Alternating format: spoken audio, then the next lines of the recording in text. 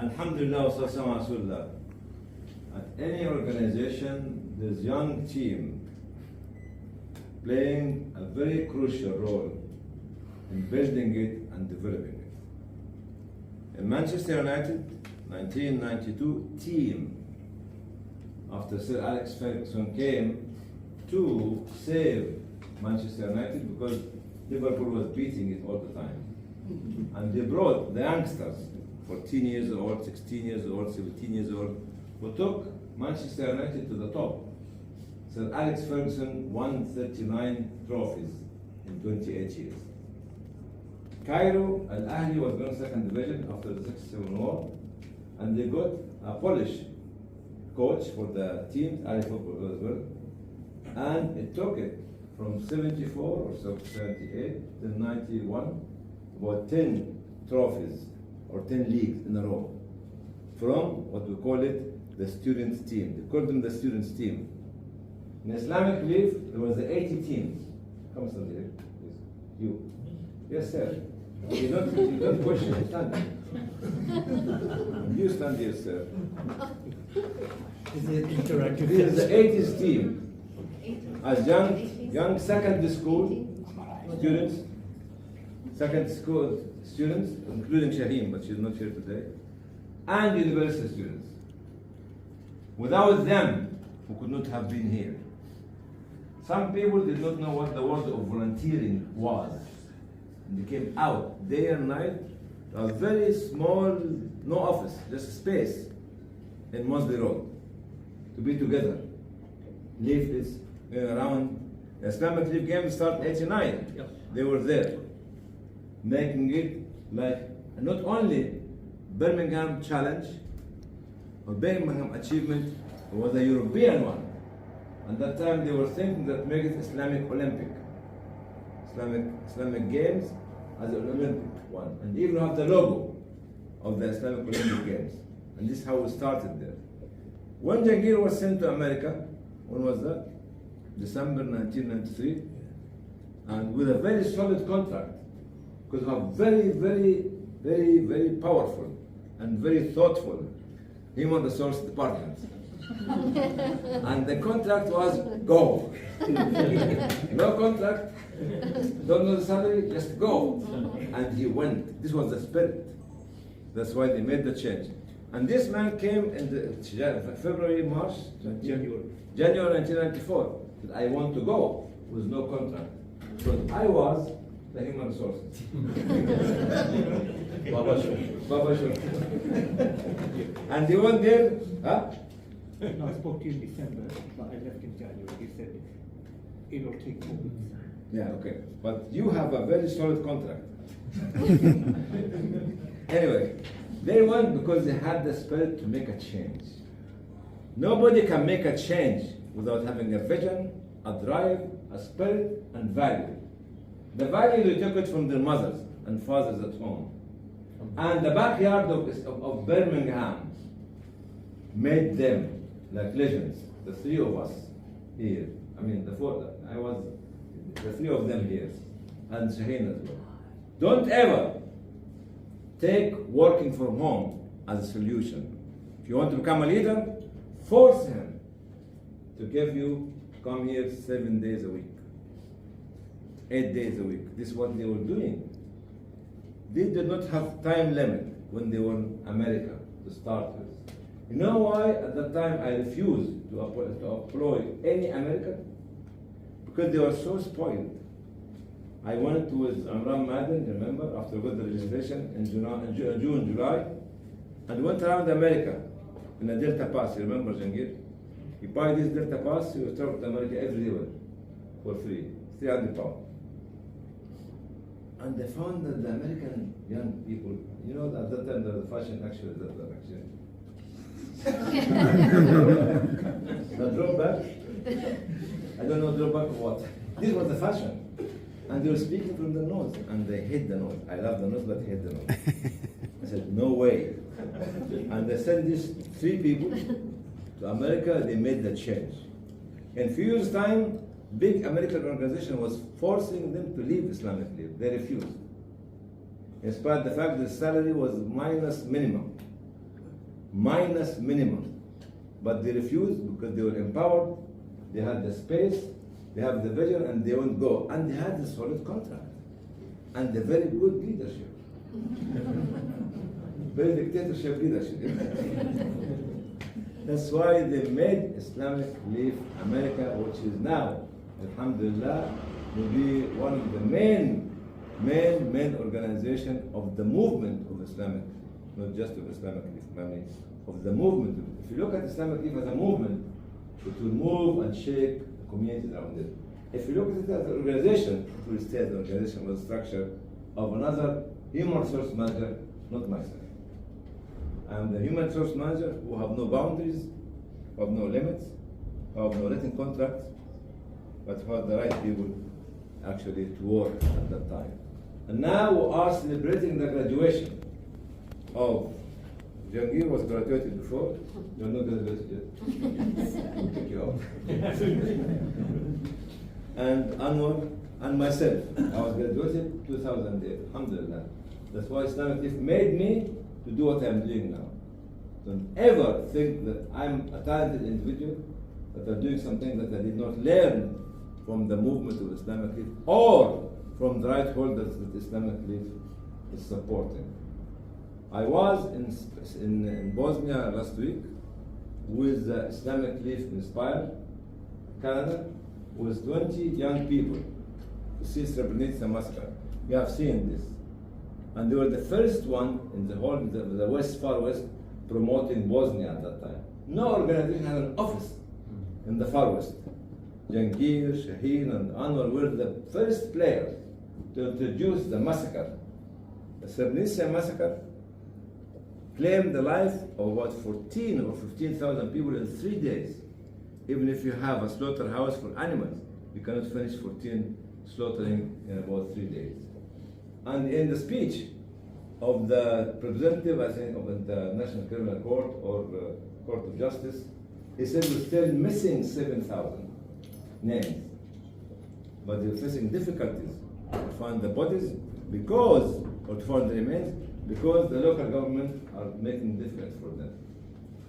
They were still last week finding a remain of 14 bodies after 29 years. We are Srebrenica forever, and Bosnia was our teacher, Pakistan was our teacher, Bangladesh was our teacher, and Sudan was our teacher as well. So I'm thanking, brother, this man challenged me in 2002, when I met him for the first time. He was little, one like this. Told him, what do you want to be? What did he say? I want to take your job. And he took my job. After I left. That was 22 years ago. Alhamdulillah. And this is the succession planning. 1, 2, 3, 4, 5 in a row. Thank you.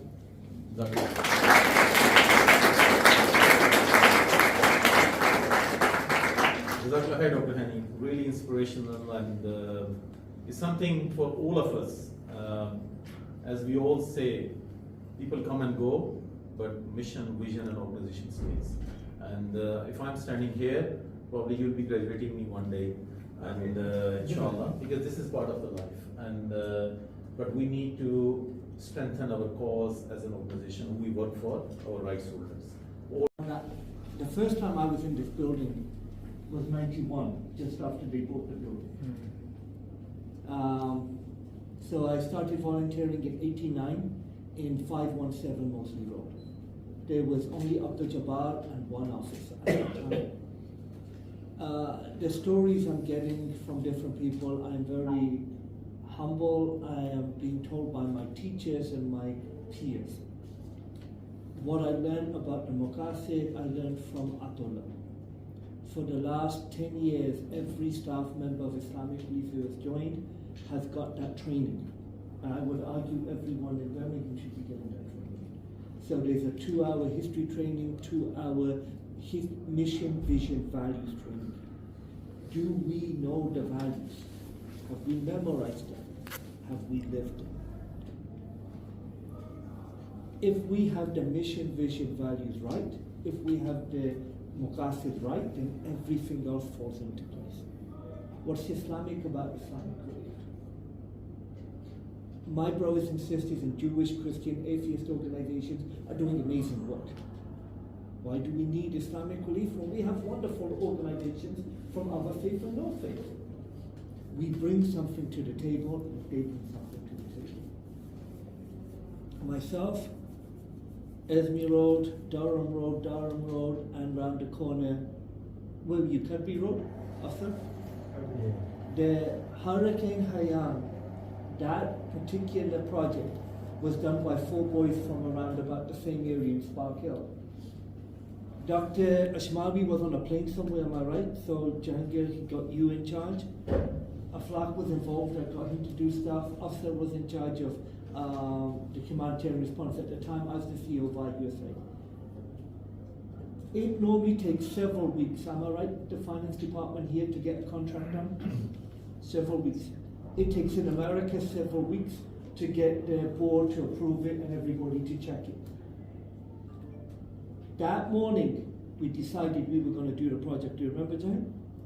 That afternoon, everyone, I think it's like somebody was going around sticking a contract under people's faces and they were signing it. That's the only way it was done.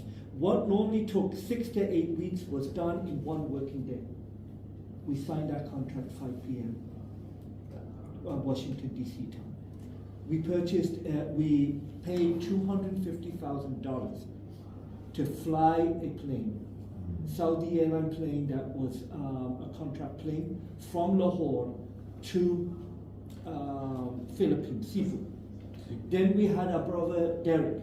Now, Islamic Relief Humanitarian Department was founded by Derek, who is a Seventh-day Adventist. He now works for them. He started Islamic Relief Humanitarian Response. He was there at the airport waiting for the plane to arrive. We told him somebody might steal the tents. So he went there, made sure. We then worked with the local church, got the stuff from big trucks to little trucks, from little trucks into rickshaws, into little boats, and they're paddling away with these tents, paddling away to the remote islands. Then they're putting them on bicycles and sending them up. So why did we spend, now we could have spent $10,000. Why did we spend $250,000? Because Imran said, keep your tents. If you're going to send them on a boat, it will take 6 weeks. We're dying out here. We're dying out here. We need them now. If I'm not getting them in 2 days, keep them. So we sent them. Allah subhanahu wa ta'ala got us to send them. And Jahangir, I believe based on that money, you were able to get DEC funding. Am I right? That project. So that project came from the IUSA cash. Then the DEC money came in. Then the money from IUK. Then all this other stuff came in.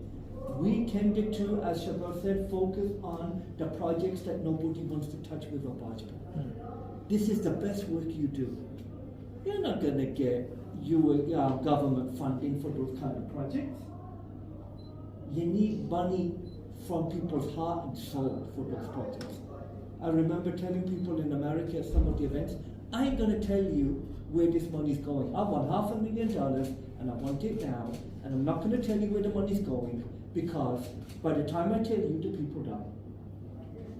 These are the projects we did in the past without telling you what we did, and I list the projects. Just to give you an idea, last November I was in Pakistan. Now the floods happened the year before, so what am I doing there? It's Diwali time, and I'm there with Islamic Relief. We have Hindu staff, it's Diwali, and I'm helping untouchables. And the year before, I remember going to give them water. They didn't want water, they wanted to shake my hand, and I didn't hug them because it was COVID restrictions. But I shook their hands. They stood in line. Why are these people trying to shake my hand? Because people don't shake their hands. They're regarded as untouchable. So that was more important than the aid. Huge grins on their faces. So we're not just dealing with a minority, the Hindu minority in Sindh, we're dealing with a minority of a minority, the untouchables. Then we're there on Diwali. Then I go up, we go to Jarawala. How many of you know what Jarawala, what happened there last year? No one. Jarawala, no? Okay, one. So churches were burnt in Jarawala. Muslims and Christians, there was communal violence. Islamic Relief was there giving out food within 72 hours, 48 or 72 hours. Now what you guys may not know, is how they responded so quick. I know. So there was a phone call. So I called up my buddy Asif Shirazi. Asif, what's going on? MashaAllah, man, there's communal violence going on here. Why don't you guys go down there? Anwar, we're worried that's about blasphemy. It's going to be really dangerous for our staff. There's a security concern to go over there right now. I said, okay. I said, when the houses were burned, did the people, were they forced out of their homes to go here? Did they take the food with them? He said, no. So these are people who don't have shelter and they don't have food yet. So isn't that our work? We don't do blasphemy, but we do food, we do humanitarian supply. Yeah. Okay. Oh, by the way, we're not sending you a single penny. I want you to do this because by the time we send you the money, it's too late. He then contacted you guys here in Birmingham. What's the name of that fund? The 55? Yeah, 24/7. The 24/7 fund, he got the money immediately. The guys here sent the money immediately. Then Naya Canada found out, they added more money. When I was there in Jarawana with a local Christian partner, they said we were all scared to do anything. The first organization that came to give out food was Islamic Relief from Islamabad. Jab aapne ye kiya, phir humko hosla mila. Once we saw you give out the aid, we then got the courage. So the Muslim organizations got the courage. Once the Muslim organizations got the courage, the Christian organizations got the courage. And when we went down there, we went with a local imam. We worked on a peace council with the Muslims, with the Christians working together. So that's untouchable stuff. That's to do with our value of others, social justice. Same with Jaranwala. This is on the same trip last November. Then I go up to Islamabad. For the first time in 30 years, Aya Pakistan was able to have coffee with the US ambassador. They've been trying to do that for many years. So we had that. And at that trip, I told him, this is what Islamic Relief is about. We're helping with the flood victims, we're helping with women, we're helping with the widows projects, we're doing stuff with Hindus, we're doing stuff with Christians. This is what Islam is, this is what Islamic Relief is.